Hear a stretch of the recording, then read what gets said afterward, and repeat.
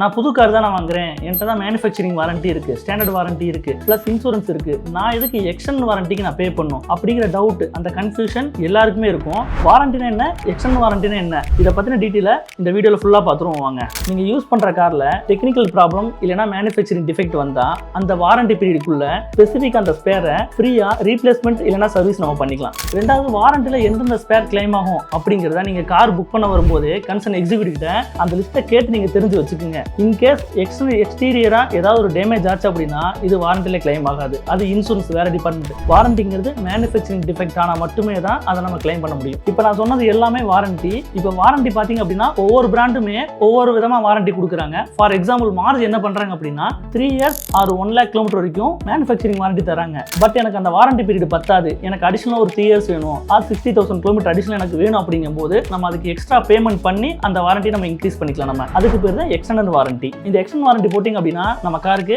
Additional ஒரு care நமக்கு கிடைக்கும். உங்க காரை நீங்க சேல் பண்ண போறீங்க, அந்த காருக்கு எக்ஸ்டெண்டட் வாரண்டி போட்டிருக்கீங்க அப்படின்னா இந்த பாயிண்ட் வச்சு உங்களோட ரீசேல் வேல்யூ உங்களுக்கு பெட்டரா இருக்கும். உங்களுக்கு லாங் டேர்ம் பீரியட் யூஸ் பண்றவங்களுக்கு இந்த எக்ஸ்டெண்டட் வாரண்டி ஒரு பெரிய ஒரு ப்ளஸ் பாயிண்டா இருக்கும்.